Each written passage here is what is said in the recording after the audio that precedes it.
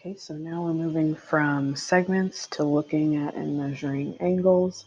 So an angle is a figure formed by two rays. So we've got one ray here, one ray here, and those will be known as the sides of our angle. So it's got side and side, and then they share a common endpoint.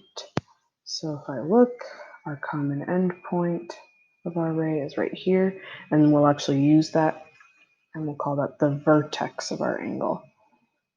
So we're going to talk about how to name these. So we'll put some points on the sides and say A, B, and C for these points. So we're going to name our angles using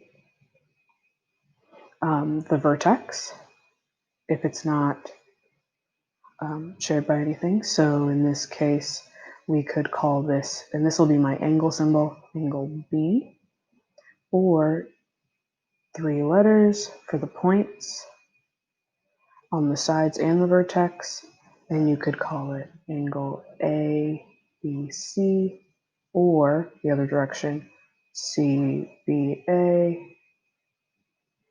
And we have to make sure that our vertex, when we use 3 letters, is in the middle.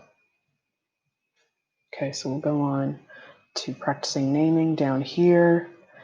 We're going to just do the first 2. So I've got example 1, I've got angle PQR. That's one way to name it. I could go in the other direction, angle RQP. Or lastly, I can just use the vertex, angle Q.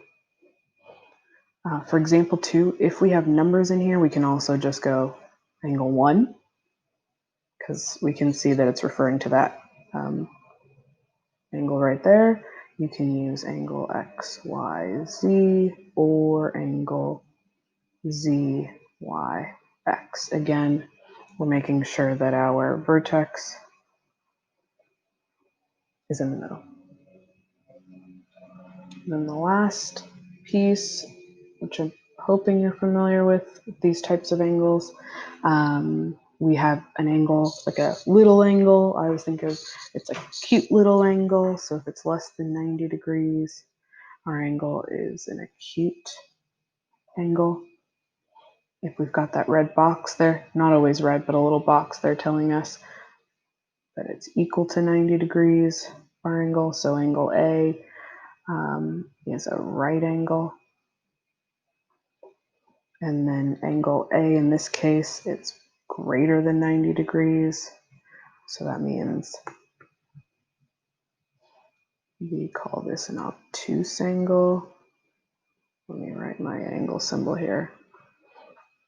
And then if it's straight, and that means it actually equals 180 degrees. So we've traveled 180 degrees there.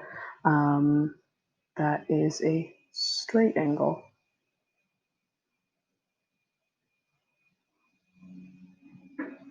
And that's the introduction to 1-4. Next video goes into some examples and the angle addition postulate.